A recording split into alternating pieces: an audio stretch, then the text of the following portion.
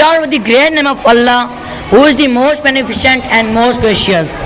Estimable judges, respectable guests, honorable principal, vice principals, teachers, and dear listeners, Assalamu alaikum. Today, the topic of my speech is dignity of labor. Being a student, I am very impressed and subdued by dignity of labor, because in order to be an educated person and pass the exams in flying colors, labor is very necessary. All the fields of life, labor plays a vital role. By labor, we generally mean physical work or working with our hands and body, as distinguished from mental work or work done with the head. In ancient times, manual labor was looked down upon. Any laboring class was considered to be inferior. Most ancient states were based upon the slave labor.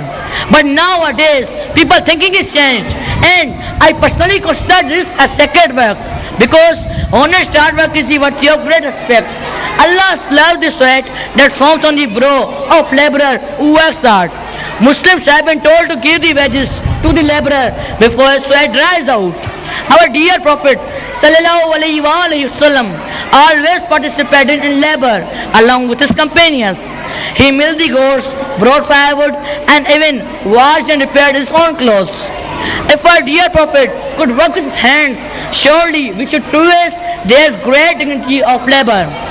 Unfortunately, he forgot this lesson and left the practice of doing diligence.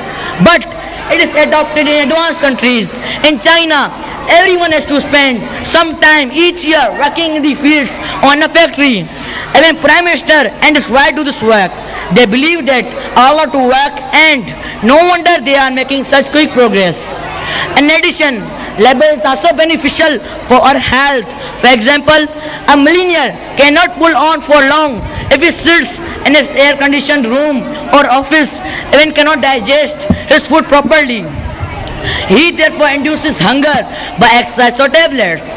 In opposite, this type of exercise is not necessary for a farmer, because his muscle works when he plow the field, and in fact they are happier, healthier, and more peaceful than so-called elite class. So, in order to conclude my speech, I would say that we must do labor and respect all those who make a contribution to society and work with their hands. They should be given facilities for leading a good life. And it totally depends upon the policies of governments how far the laboring class is exploited. Their inferiority complex should be removed so that they feel quite dignified.